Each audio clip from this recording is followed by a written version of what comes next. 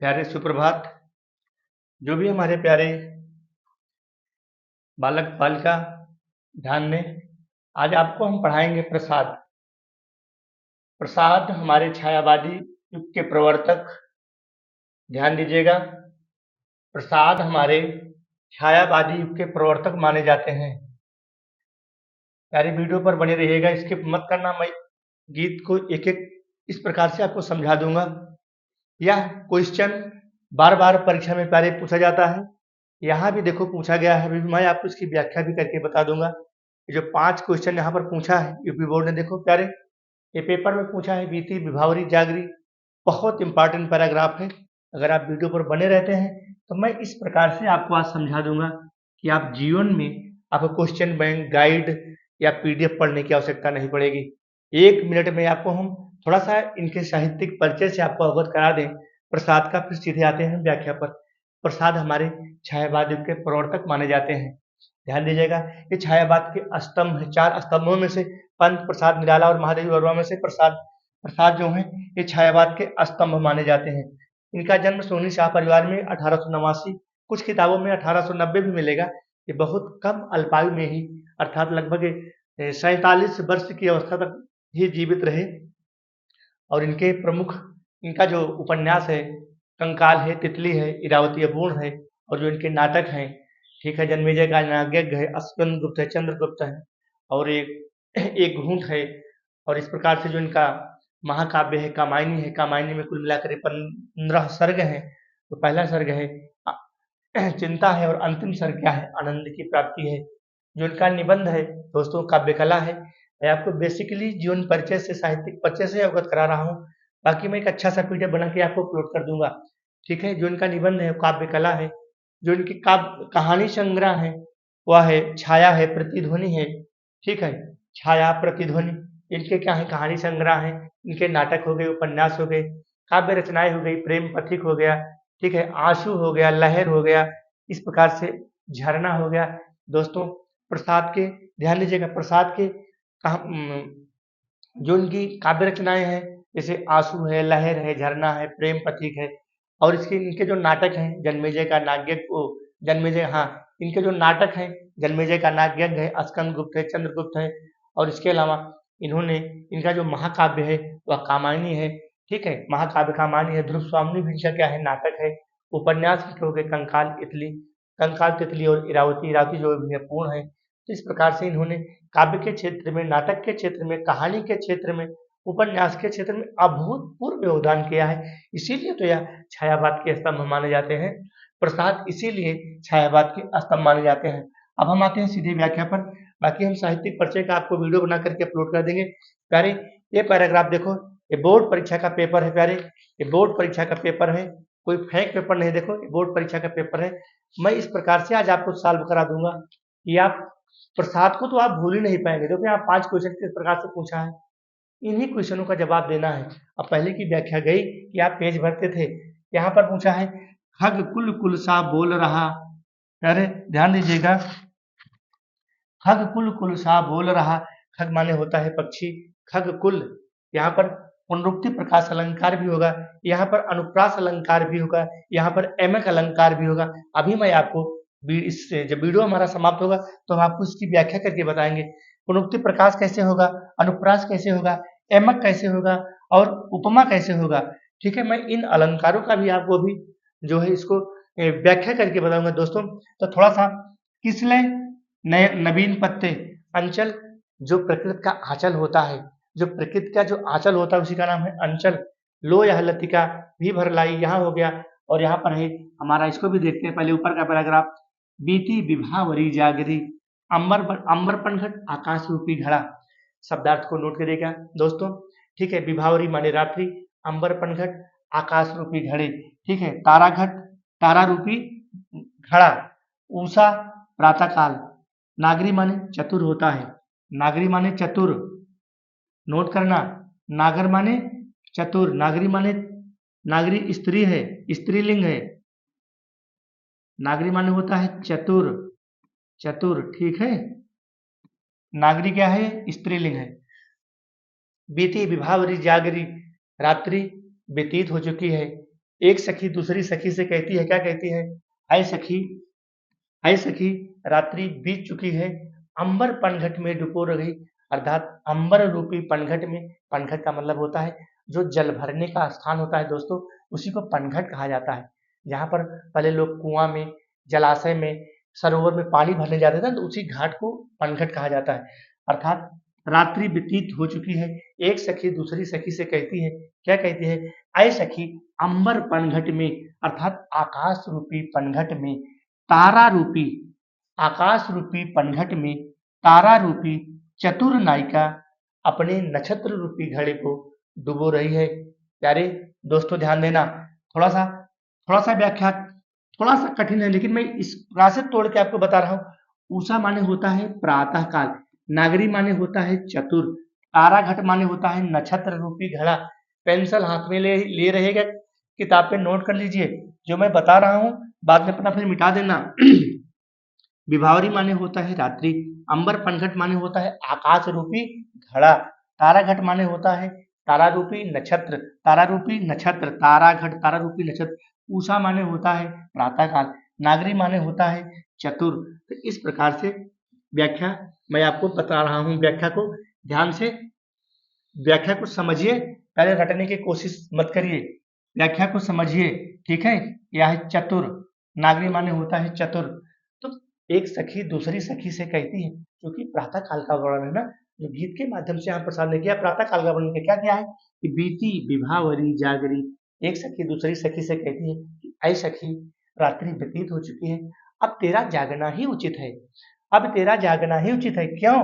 क्योंकि अंबर रूपी पनघट में, अंबर माने आकाश होता है, पनघट माने होता है पानी भरने का स्थान, अर्थात अंबर रूपी पनघट में, अंबर रूपी पनघट में चतुर नायिका, प्रातः काल की चतुर नायिका अपने नक्षत्र रूपी घड़े को डुबो रही है।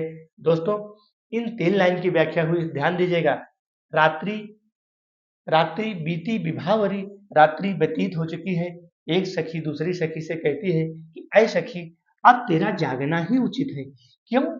क्यों तेरा जागना उचित है? क्योंकि अंबर रूपी पनघट में चतुर नायिका, एक चतुर नायिका, नागरी माने चतुर, एक चतुर नायिका अपने नक्षत्र रूपी घड़े को डुबो रही है। दोस्तों हमारा, हमें उम्मीद होगी कि 1 2 3 लाइन की व्याख्या आपको समझ में आ गई होगी। यहाँ पर अब हम थोड़ा सा इसको ऊपर कर लेते हैं, थोड़ा सा ऊपर कर लेते हैं, ताकि और अच्छे से हमको झुकना पड़ेगा। यहाँ तक तो हमने पढ़ा दिया है, ठीक है, यहाँ तक तो हमारा हो गया है।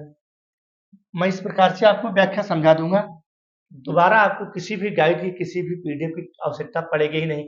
खग कुल कुल सा बोल रहा, खग कुल कुल सा बोल रहा, यानी कि प्रातः काल के समय पर पक्षी कलरव कर रहे हैं। इस लाइन की व्याख्या ध्यान दीजिएगा। खग कुल कुल सा बोल रहा, प्रातः काल का समय है, पक्षियों का समूह, पक्षियों का समूह, खग कुल, खगुल माने पक्षियों का समूह। यहाँ पर ध्यान दीजिएगा, मैं जिस प्रकार से आपको तोड़ के बता रहा हूँ, किसी की क्षमता नहीं होगी। पक्षियों का समूह होगा यहाँ पर, खग कुल, खग माने पक्षी, है पक्षियों का समूह। अगर यहाँ पर हम पक्षियों के समूह को लेते हैं प्यारे, अगर यहाँ पर हम पक्षियों के समूह को लेते हैं, तो यहाँ पर हमारा एमक अलंकार होगा, ठीक है। कुल अगर हम इसको मिला के लेते हैं तो हमारा यहाँ अनुप्रास अलंकार, क्योंकि यहाँ भी का है, यहाँ भी का है, यहाँ भी का है, ठीक है। लेकिन यहाँ खग कुल, अगर हम कुल की बात करते हैं तो इस कुल कुल का मतलब होता है कलरव, और इस खकुल का मतलब होता है पक्षियों का समूह। तो यहाँ भी शब्दार्थ अलग हो रहे हैं और यहाँ भी शब्दार्थ अलग हो रहे हैं। और यमक अलंकार में कहा गया है कि जहाँ एक ही शब्द 2 बार आए और उसके अर्थ अलग अलग हो, तो वहाँ पर यमक अलंकार होगा। दोस्तों ध्यान दीजिएगा, मैं जो चीजें आपको बताने की कोशिश कर रहा हूँ, खग कुल पक्षियों का समूह, कुल कुल कलरव, शब्द एक है, अर्थ बदल गया। यहाँ भी कुल है, यहाँ भी कुल है, शब्द एक है, अर्थ बदल गया, तो यहाँ पर यमक अलंकार हो गया। और यहाँ पर बेसिकली देखने में अनुप्रास अलंकार लग रहा है, जो कि क वर्ण की आवृत्ति हुई है, ठीक है। इस प्रकार से मैंने आपको अलंकार भी समझा दिया। दोस्तों खग कुल कुल शाह बोल रहा, प्रातः काल के समय पक्षियों का समूह कलरव कर रहे हैं, और किसलय का अंचल डोल रहा। किसलय माने होता है नवीन पत्तों को, अर्थात प्रातः काल के समय जो हमारे वृक्ष है, जो हमारे जो जितने भी हमारे वाटिकाएं हैं, किसलय अर्थात नवीन पत्तों का अंचल, अर्थात नवीन पत्तों का जो आंचल है, जो वृक्षों के आंचल हैं उनका क्या है, किसलय का अंचल डोरा, अर्थात जो नवीन पत्तों के आंचल से भरे हुए, बिल्कुल प्रातः काल का समय ऐसे ऐसे हिल रहा है, जैसे जो वृक्ष की टहनियां हैं, जो वृक्ष की शाखाएं हैं, उनमें क्या हो रहा है, वो बिल्कुल ऐसे ऐसे हिल रही है, अर्थात किसलय का अंचल, अर्थात नए पत्तों का अंचल, नए पत्तों का आंचल हिलने लगा है। दोस्तों ध्यान दीजिएगा, खग कुल कुल सा प्रातः काल का समय है, पक्षियों का समूह चारों तरफ कलरव कर रहा है। ध्यान दीजिएगा, प्रातः काल का समय है, पक्षियों का समूह चारों तरफ कलरव कर रहा है। तो उस कलरव में, उस कलरव की स्थिति में पत्तों का जो नया आंचल है वह हिलने लगा है, डोल रहा है, हिलने लगा है। लोया लतिका भी भर लाई है, अर्थात रस रूपी लोया, लोया लता भी अपने प्रेम रूपी रस को भर लाई है। लोया लतिका भी भर लाई, मधु मुकुल नवल, नवल माने नया, रस, रस की गगरी, रस की गगरी, लोया लता भी अपने प्रेम रूपी रस की गगरी को भर लाई है। मेरा मेरे हमको पूरा भरोसा होगा मेरे प्यारे, इसको आप समझ गए होंगे। फिर भी अगर आप ना समझे हो तो हमें कमेंट के माध्यम से बताना, मैं फिर आपको पढ़ाऊंगा। अधरों में राग अमंद पिए, अधर माने होता है ओठ, राग माने होता है प्रेम, अमंद माने होता है प्रेम रूपी मदिरा। नोट करना, अमंद प्रेम रूपी मदिरा, ठीक है, प्रेम रूपी, प्रेम रूपी मदिरा, प्रेम रूपी मदिरा है, ठीक है। अमंद पिए, अल्को माने होता है बाल, अल्को माने होता है बाल, इसको नोट करना। जब तक आप शब्द के अर्थ को नहीं जानोगे आप व्याख्यान नहीं कर पाओगे। मलेज माने होता है मलय पर्वत से आने वाली खुशबू, नोट कर दे रहा हूं, नोट कर लीजिएगा। मलय पर्वत से, मलय पर्वत से आने वाली खुशबू, आने वाली, आने वाली सुगंध, ठीक है। शब्द कितना छोटा है, अर्थ कितना बड़ा हुआ। अधरो माने ओंठ, राग माने प्रेम, अमन माने प्रेम रूपी मदिरा, अल्को माने माल, बाल, मलयज माने मलय पर्वत से आने वाली खुशबू।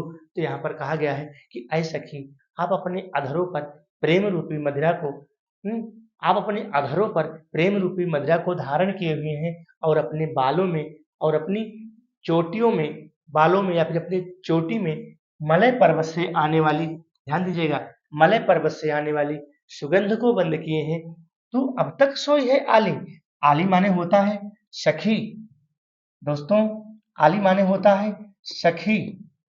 शब्द के अर्थ को जानिएगा, व्याख्या अपने अंदर समझ पैदा करो, खुद व्याख्या बनाओ। तू अब तक सोई है आली, ऐ सखी तू अब तक सोई हुई है, आंखों में भरे बिहागरी, बिहाग माने होता है आलस्य, बिहाग माने होता है आलस्य, आलस्य का मतलब बिहाग, भी उपसर्ग है। रात्रि के चौथे पहर में गाया जाने वाला राग, उसको हम बिहाग कहते हैं। ध्यान दीजिएगा प्यारे, बिहाग का मतलब होता है, यहाँ पर ध्यान दीजिएगा, बिहाग मैं जिस प्रकार से आपको बता दूंगा, ठीक है। बिहाग का मतलब होता है रात्रि के चौथे पहर में, चौथा पहर कौन सा होता है, वही प्रातः काल का समय, 4:30 से 5 बजे के बीच वाला। बिहाग भी उपसर्ग है, रात्रि के चौथे पहर में गाया जाने वाला राग, राग, ठीक है। एक बार फिर से इसको हम रिपीट कर देते हैं। अधरों में राग अमंद पिए, ऐ सखी आप अपने मधुर अधरों पर प्रेम रूपी मदिरा को धारण किए हुए हैं। ऐ सखी आप अपने अधरों पर, अपने कमल रूपी अधरों पर प्रेम रूपी मदिरा को धारण किए हुए हैं, और अपने बालों में मलेज पर्वत से, मलेज पर्वत से आने वाली खुशबू को बंद किए हुए हैं। तो सखी, ऐ सखी, आली माने सखी, ऐ सखी तू अब तक सोई हुई है, और अपने आंखों में आलस्य को, जो अपनी आंखों में आलस्य को धारण किया हुआ है, उसको अब उठो, जागो, और तेरा जागना ही उचित है। आंखों में भरे बिहागरी, अर्थात जो तुम अपने आंखों में आलस्य को धारण किया हुआ है, उठो, जागो, और तेरा जागना ही उचित है। क्यों तेरा जागना उचित है? क्योंकि पहली चीज तो मलय पर्वत से आने वाली खुशबू को आप अपने बालों में बंद किया हुआ है। दूसरी चीज, अपने प्रेम रूपी अधरों पर, अपने प्रेम रूपी ओठों पर प्रेम रूपी मदिरा को धारण किया हुआ है। इसलिए जब आप उठोगी तो प्रेम रूपी मदिरा चारों तरफ फैल जाएगी। मलय पर्वत से आने वाली सुगंध चारों तरफ फैल जाएगी। आंखों में भरे बिहागरी, अर्थात जिस आंखों में अपने अपने आलस्य को धारण किया हुआ है, उस आलस्य को आप त्यागो, उठो, जागो, अब तेरा जागना ही उचित है। मेरे प्यारे, अगर हमारा चैनल आपको अच्छा लगे तो लाइक करना, सब्सक्राइब करना और दोस्तों तक पहुंचाना। धन्यवाद। आज यहीं तक। फिर भी थोड़ा सा यहाँ पर देख लीजिए, मैं इसको भी सॉल्व करा देता हूँ। उपर्युक्त पद्यांश का शीर्षक, पद्यांश का शीर्षक पाठ का नाम है गीत। कहाँ से लिया गया है? लहर से लिया गया है। इसके हमारे लेखक हैं जयशंकर प्रसाद जी। लेखांकित अंश की व्याख्या, पहले देखो यहाँ 2 लाइन में व्याख्या किया है। अंबर पनघट में डुबो रही। थोड़ा सा इसको हम नीचे कर देते हैं, एक बार देख लीजिए। यही तो है ना, अंबर पनघट में डुबो रही, यही है, अंबर पनघट में डुबो रही। अंबर पनघट क्या है? आकाश रूपी पनघट में, आकाश रूपी पनघट में तारा रूपी नक्षत्र को, तारे रूपी घड़े को डुबो रही है। कौन? उषा रूपी चतुर नायिका, अर्थात उषा रूपी चतुर नायिका आकाश रूपी पनघट में अपने अपने तारे रूपी नक्षत्र को, अपने तारा रूपी घड़े को, नक्षत्र, अपने तारा रूपी घड़े को उन नक्षत्रों में, अर्थात अपने तारा रूपी घड़े को, नक्षत्र, तारा रूपी घड़े को नक्षत्र में डुबो रही है। ठीक है, इस प्रकार से इसकी हो गई व्याख्या। और इसके बाद दूसरा हमारा पूछा है, आकाश रूपी पनघट पर कौन तारा रूपी घड़े को डुबो रही है? वही चतुर नायिका।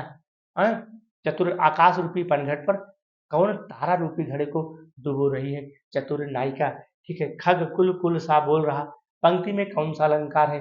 यहाँ आप यमक अलंकार और अनुप्रास अलंकार का यहाँ पर आप नामोल्लेख कर सकते हैं। ठीक है, प्रस्तुत पद्यांश में प्रयुक्त रस का उल्लेख, रस यहाँ पर श्रृंगार रस की बात बताई गई है, प्रेम की बात बताई गई है, इसलिए यहाँ पर श्रृंगार रस होगा। दोस्तों, तो अगर हमारा चैनल आपको अच्छा लगे, लाइक करना, सब्सक्राइब करना और अन्य दोस्तों तक पहुँचाने की कोशिश करना। आज यहीं तक।